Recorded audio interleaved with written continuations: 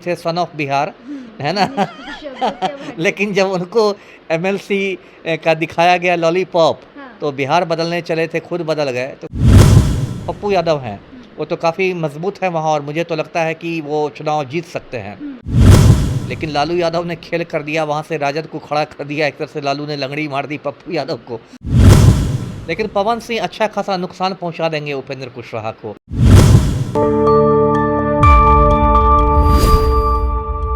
नमस्कार, आप देख रहे हैं न्यूज़ वाइट। मैं हूं आपके साथ निधि सिंह और अभी हमारे साथ मौजूद है एक्स आईपीएस ऑफिसर अमिताभ दास सर। तो सबसे पहले सर हमारे चैनल में आपका स्वागत है। धन्यवाद आपका, थैंक यू।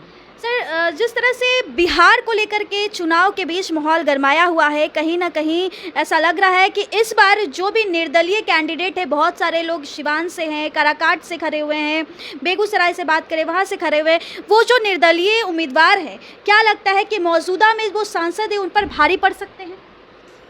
ये देखिए, दर्शकों को पता होगा कि बिहार में 40 सीटें हैं लोकसभा की, है ना? 40 सीटें हैं और उसमें आपने ये अच्छा सवाल किया। मुझे उसमें 3-4 सीटें ऐसे ऐसे तो निर्दलीय उम्मीदवार हर जगह से खड़े होते हैं। जी। जैसे 40 सीटें हैं तो 40 की 40 पर निर्दलीय उम्मीदवार खड़े होंगे, लेकिन वो बहुत अभी छोटे-छोटे जो होते लेकिन हैं। सबसे फेमस हाँ, वही सीट की वही बात उसी कर पर रहे मैं हैं। आ रहा था कि छोटे-छोटे होते हैं, कोई 200 कोई 300 वोट काटने वाले होते हैं। हुँ, मुझे अभी 3-4 जगह से निर्दलीय प्रत्याशी जो दमदार हैं, हुँ, उनकी याद आ रही है। हुँ, एक तो पूर्णिया से हैं पप्पू यादव, जी सर। एक काराकाट से हैं पवन सिंह, हुँ, एक बक्सर से हैं आनंद मिश्रा, हुँ, है ना? और एक सिवान से हैं हिना हिना साहब। शहाब।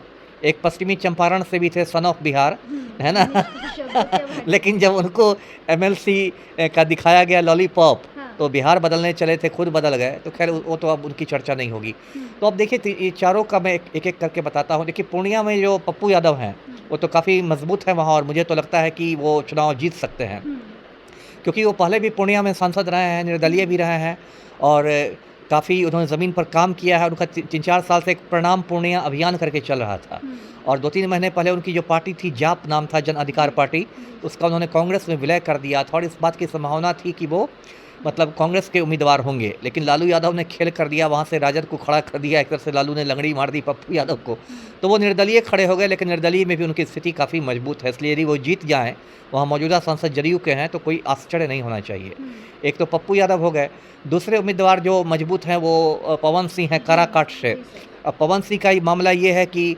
वो तो भाजपा के थे, राम भक्त थे, हुँ, आरा पर उनकी नज़र लगी हुई थी, हुँ, लेकिन आरा से उनको टिकट नहीं मिला। फिर उनको बंगाल से टिकट मिला, आसनसोल सीट से, लेकिन उसके बाद उनको लेके विवाद हो गया कि उन्होंने बंगाली महिलाओं के बारे में अभद्र गाने गाए हैं, अश्लील टिप्पणियाँ की हैं बंगाली महिलाओं पर। तो उसके बाद भाजपा ने उनका टिकट एक तरह से वापस ले लिया। फिर उन्होंने हाथ-पैर मारे, लेकिन भाजपा का टिकट नहीं मिला, तो वो फिर निर्दलीय खड़े हो गए काराकाट से। जी, और काराकाट की जो सीट है, वहाँ भाजपा तो नहीं लड़ रही है, भाजपा की सहयोगी पार्टी है राष्ट्रीय लोक मोर्चा। हुँ, उसके अध्यक्ष लड़ रहे हैं उपेंद्र कुशवाहा। जी सर। तो वहाँ से यदि पवन सिंह खड़ा हो गए, तो एक तरह से उन्होंने गठबंधन धर्म के खिलाफ काम कर दिया। हुँ, तो इसलिए 1-2 रोज़ पहले भाजपा ने उनको पार्टी से निकाल भी दिया है, हुँ, निष्कासित भी कर दिया है। लेकिन तब भी पवन सिंह वहाँ जीतने की संभावना तो मुझे नहीं लगती है। मेरा तो माना कि काराकाट से भाकपा माले के जो राजा राम सिंह हैं, उनकी हुँ, स्थिति मजबूत है। लेकिन पवन सिंह अच्छा खासा नुकसान पहुँचा देंगे उपेंद्र कुशवाहा को। हुँ, खास के राजपूतों का वोट बड़ी संख्या में काटेंगे। वो हुँ। पवन सिंह का लग रहा है, जो भोजपुरी फ़िल्मों के पावर स्टार कहे जाते हैं। उनके रोड शो में भी तो काफ़ी वहाँ काफ़ी रोड शो में हाँ, भीड़ देखी वही गई है मैं कह सर। रहा था, काफ़ी रोड शो में भीड़ आ रही है और उसी वजह से उपेंद्र कुशवाहा को उन्होंने कुछ टेंशन में ला दिया है। हुँ, तो एक तो पवन सिंह हो गया, तीसरा जो है वो बक्सर में आनंद मिश्रा हैं। हुँ, आनंद मिश्रा जो हैं, ये असम मेघालय कैडर के आईपीएस थे, हुँ, 2011 बैच के। हुँ, ऐसे रहने वाले भोजपुर के ही हैं और वहाँ उन्होंने अच्छा काम किया जैसा लोग बताते हैं और अभी कुछ महीने पहले तक, 6-7 महीने पहले तक लखीमपुर ज़िले के एसपी थे। उसके बाद वो खुद को कहते हैं कि मैं संघी हूँ, मोदी का फ़ैन हूँ, ये हूँ, वो हूँ। उसके बाद उन्होंने नौकरी से इस्तीफ़ा दे दिया हुँ, और ऐसा लग रहा था कि उनको भाजपा टिकट देगी, अश्विनी चौबे का टिकट कट जाएगा हुँ, बक्सर से और आनंद मिश्रा को टिकट मिल जाएगा। लेकिन इसमें आनंद मिश्रा एक तरह से गच्चा खा गए, वहाँ से मिथिलेश तिवारी को भाजपा ने टिकट दे दिया। तो आनंद मिश्रा अब निर्दलीय लड़ रहे हैं, सेब छाप पर निर्दलीय लड़ रहे हैं।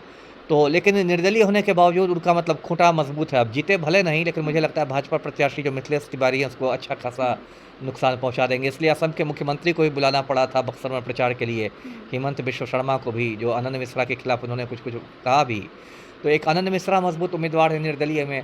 एक निर्दलीय में और मजबूत हैं, जहाँ आज ही मतदान हो रहा है सिवान में, सिवान। वो है हिना शहाब। हुँ, देखिए, सिवान में जो राजद के प्रत्याशी हैं वो अवध बिहारी चौधरी, जो विधानसभा अध्यक्ष थे, स्पीकर थे।